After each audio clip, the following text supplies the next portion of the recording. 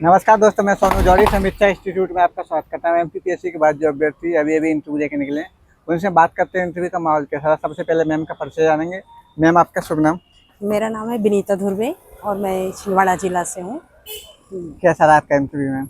Sir, मेरा तो बहुत अच्छा रहा। मेहरा सर थे और मेहरा सर का बोर्ड था, तो उसमें मतलब जितने भी सर ने क्वेश्चन किए तो मुझसे बन गए। अच्छा, सभी क्वेश्चन बन गए? मतलब कहीं सॉरी नहीं बोला आपने? नहीं, एक ही बार बोला।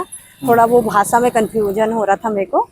प्राकृत भाषा का उन्होंने अपभ्रंश का पूछ लिया था, तो उसमें थोड़ा कंफ्यूजन हो रही थी, तो उसी में मैंने सॉरी बोला उनसे। कोई बात नहीं। हाँ क्या क्या क्वेश्चन बने मैम आपसे अंदर? सर, उन्होंने तो मेरे से पूरा हिंदी साहित्य का इतिहास जो पेपर में पढ़ाती हूँ उससे क्वेश्चन किए कि सबसे पहले जो हिंदी साहित्य का इतिहास है वो किसने लिखा। तो मैंने बताया कि गारसादा तासी ने लिखा। फिर उन्होंने क्रम पूछ लिया कि जो हिंदी साहित्य का इतिहास है तो उनका क्रम बताइए कि किस किसने इसके बाद लिखा है। तो फिर मैंने बताया कि जॉर्ज ग्रियर्सन, शिव सिंह सेंगर। तो फिर उसके बाद उन्होंने रामचंद्र शुक्ल के बारे में पूछा कि उनका एक कथन है कि जनता की जो चित्तवृत्तियाँ हैं, उनका जो कथन है तो उसमें क्या दिखता है कि वो क्या समझ आता है आपके विचारों से, बताइए। तो मैंने बताया कि उन्होंने जो आर्थिक सामाजिक परिस्थितियाँ जो बताया है तो उसमें उन्होंने जनता की पूरी उनकी मन वृत्तियों को देखा है। ये इसके अलावा और कोई क्वेश्चन? और पूछा सर कि आप जैसे छिंदवाड़ा से हो तो छिंदवाड़ा का मतलब जो नाम है कैसे पड़ा, ये। हाँ, अच्छा, छिंदवाड़ा का नाम कैसे पड़ा? हाँ, तो मैंने बताया कि वहाँ पर जो छिंद के पेड़ हैं उसके कारण उसका नाम पड़ा छिंदवाड़ा। फिर सिद्ध साहित्य का पूछा उन्होंने मेरे से कि जो सिद्ध हैं, नाथ हैं, बौद्ध धर्म के जो हैं, तो उसमें आपको क्या दिखता है करके ये क्वेश्चन पूछा। तो फिर मैंने उसका भी आंसर उनको दे दिया। बहुत सारे क्वेश्चन किए वैसे सर उनने मेरे से, बहुत ज़्यादा। इसके अलावा और कोई क्वेश्चन, जैसे व्याकरण से संबंधित कोई क्वेश्चन? व्याकरण से तो नहीं सर, भाषा से पूछा मेरे से कि भाषा किसे कहते हैं।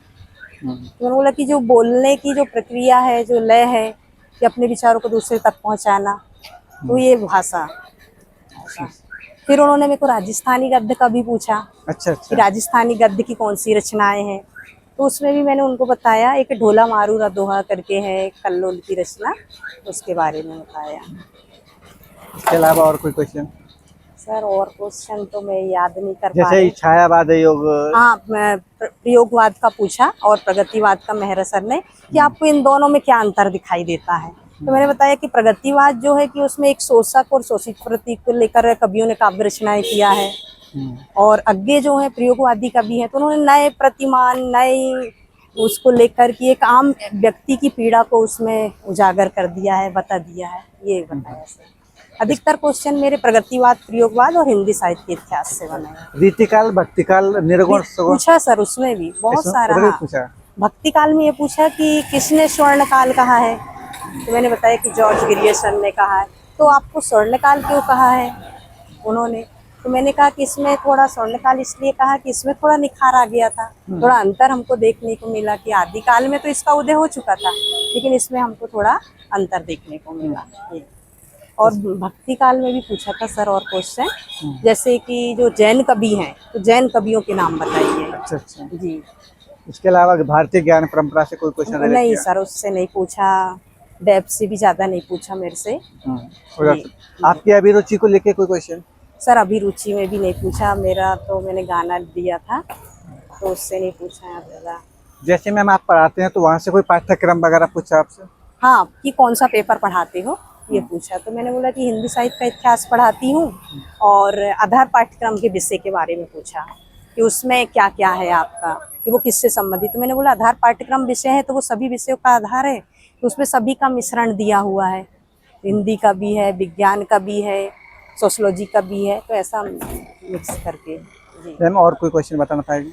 बस अभी और तो मेरे को याद नहीं आ पा रहे हैं। मैम, जो अभ्यर्थी तैयारी कर रहे हैं उनके लिए आप अपनी तरफ से क्या सजेशन करेंगे? मैं तो यही कहूँगी कि थोड़ा अपना विषय का भी थोड़ा डीप देख लें और ज़्यादा टेंशन ना लें, थोड़ा नॉर्मल ही होकर ही आएँ तो ज़्यादा अच्छा है। कि बोर्ड बहुत अच्छा है कि वो हमेशा बिल्कुल ऐसा मित्रता पूर्वक व्यवहार करते हैं। Thank you ma'am. जी, थैंक यू।